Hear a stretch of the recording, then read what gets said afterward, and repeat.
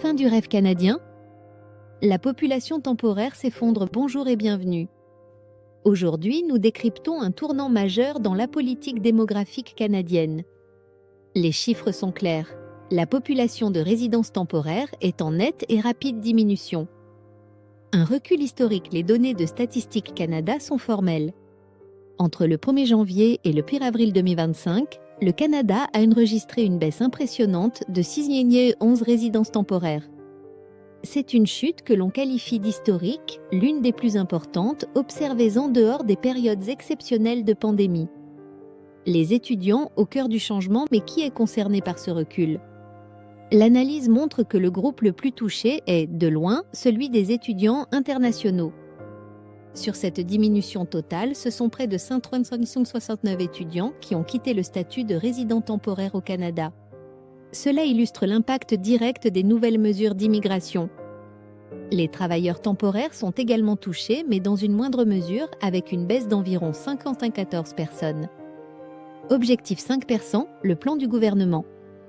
Pour comprendre l'ampleur de ce changement, il faut rappeler le contexte. À la fin de 2024, le Canada comptait environ 3,15 millions de résidents temporaires.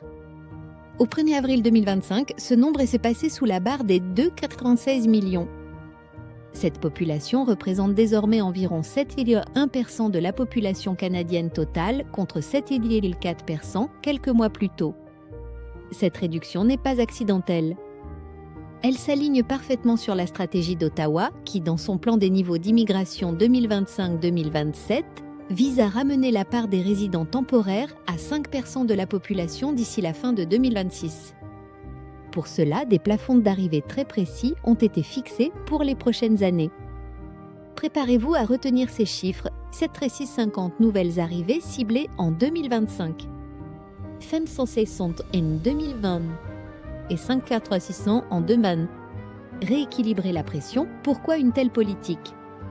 La réponse est simple, réduire la pression sur les infrastructures du pays. Le logement, les services publics et le marché du travail sont en crise.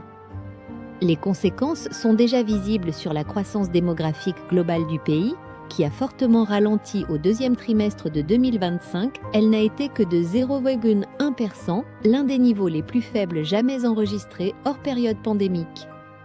En définitive, le Canada passe de la croissance rapide à la modération. Cette réduction est le premier signe concret d'un pays qui cherche à se donner le temps de rattraper ses infrastructures. Et vous? Pensez-vous que cette réduction soit la solution adéquate pour le Canada? Partagez votre avis dans les commentaires. N'oubliez pas de vous abonner pour ne rien manquer de nos analyses. À très bientôt!